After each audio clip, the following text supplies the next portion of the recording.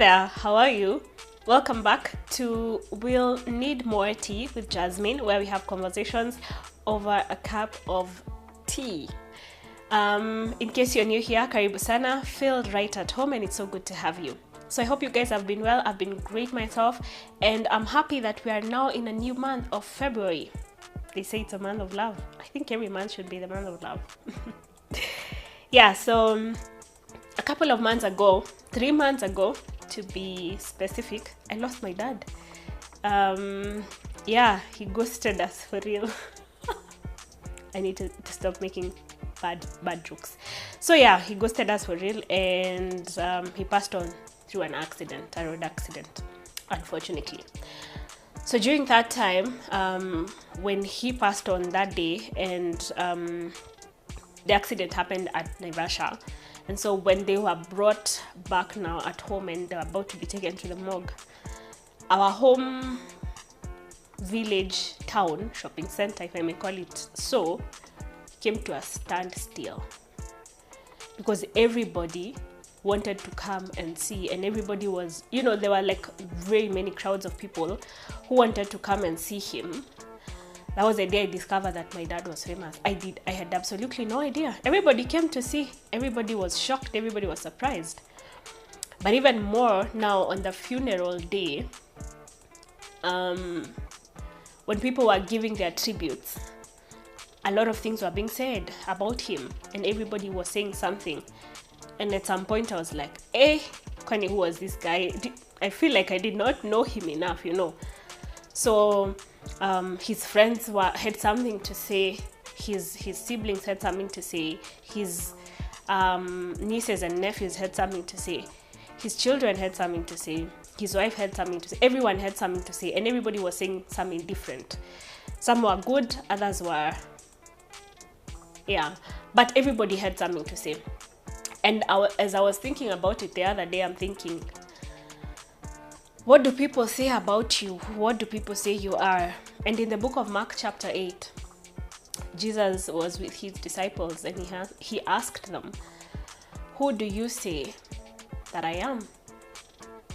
And I thought about that for a moment. As I was thinking about my dad, I thought, hey, this guy could wake up one day and hear the way people are describing him and talking a lot of things about him. Even at some point I was like, hey, who is this guy that these people are talking about?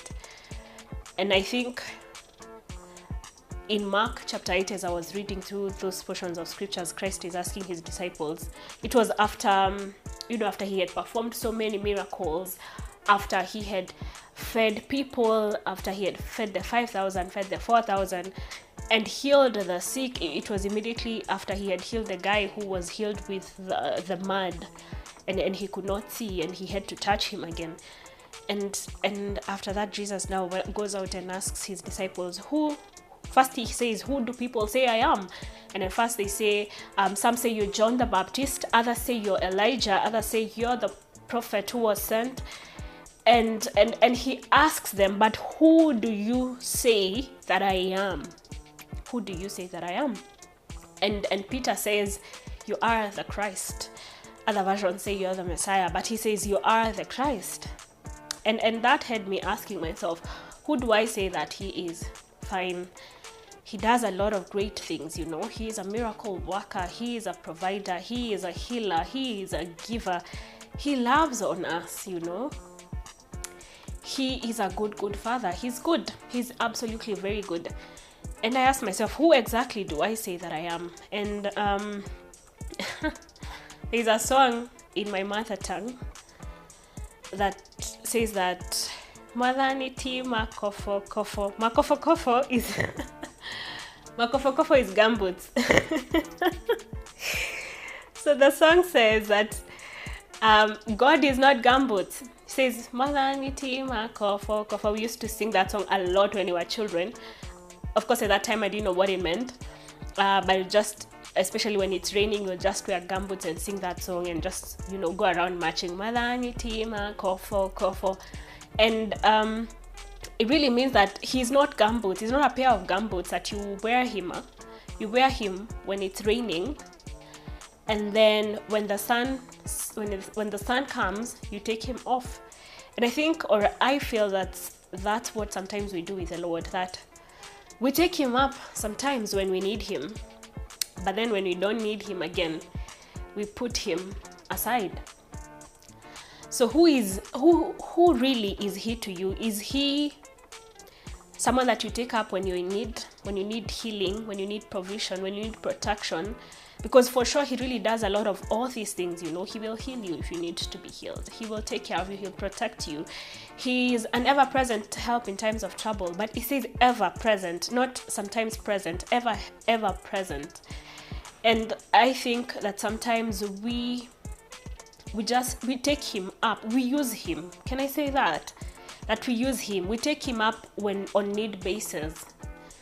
But really he's not Lord. He's not Lord over all. One of my favorite authors, C.S. Lewis, in his book Mere Christianity, he says, maybe just to summarize it all up, he says that Christ is either delusional, very delusional, that is for calling himself Lord and for calling himself God, for all, like if you look at the teachings of Christ, they are so audacious, absolutely audacious, and he says some things that if at all they are not true, then he must be delusional, he must be a lunatic. And so in the script from Mere Christianity, he says that Christ is either a lunatic, a liar, or Lord. When you see some of his teachings, they make you question, they make you wonder, they make you want to think a lot and think deep. And that is why, on one hand, I understand what was going through the mind of the not the Philistines, but the Pharisees, because they were like, this guy, he is mad. And even at some point they called him, was it Beelzebub? They were like, this guy what is he saying? He's not okay in the head, and they kept asking him, are you calling yourself God? And he says, you're the ones who have called me that.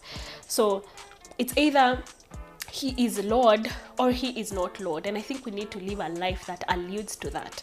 And what does Lord mean? Lord means that he is Lord over all. That means that he is not Lord over some aspects of your life, and then others, you're the one who is in charge of them. Does that make sense? If he is king, then he's king over the whole entire kingdom. Not that you have some villages that you've kept to yourself to rule over, and yet he's ruling some and not all. Yeah? So is he Lord over your life? Is he king over your life? So the other day in church, our worship team was leading. They sing so beautifully, and they were singing this song, I surrender all to you, and everything I give to you, withholding nothing. And we are all there singing, withholding nothing, eyes closed, hands lifted, withholding nothing.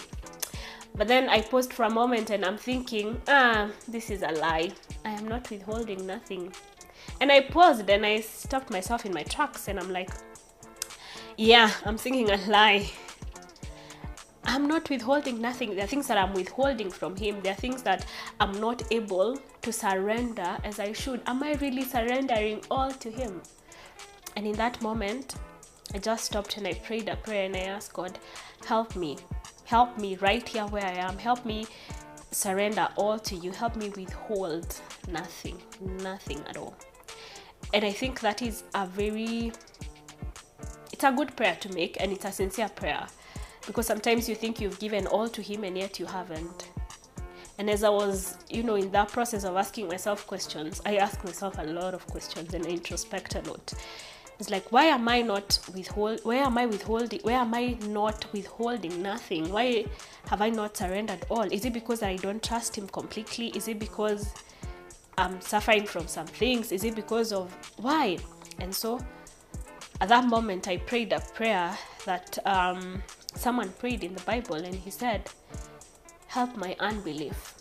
In areas where I don't believe in you completely, help my unbelief. Help me trust in you the more. Help me surrender everything, withholding nothing. Help me make you Lord over my life.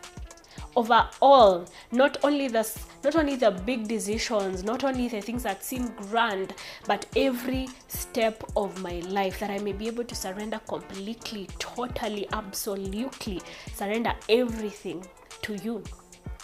And I think that's a difference between Abraham and Lot. Abraham, when during the time when they had to separate with Lot, he tells Lot, choose the land with which, choose where you want to go, and he chooses the beautiful part, and he goes to the beautiful part. And we see from that day, every step that each of these two people made, one reflected total belief and trust in the Lord, while the other one, total unbelief. Even the time when he was rescued from Sodom, and the angel told him where to go, he didn't go there. He wanted to go to a place of his own choosing, yet he didn't for a moment stop to think that the Lord has chosen this for me. Perhaps it's better. Like, unbelief kept following him through and through and through and through. And I look at Abraham and see that belief kept following him through and through and through and through.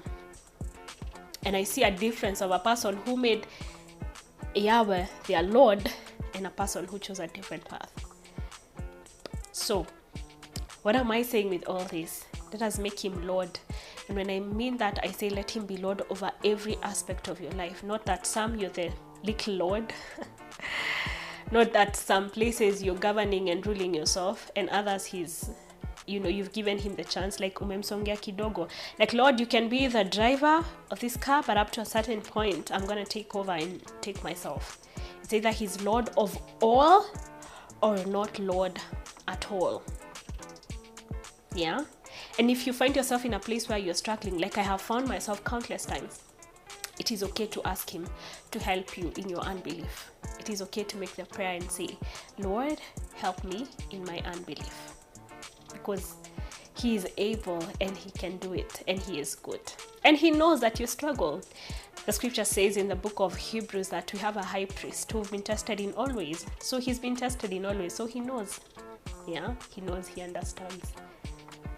So ask him to help you in your unbelief, and be sure to make him Lord of all.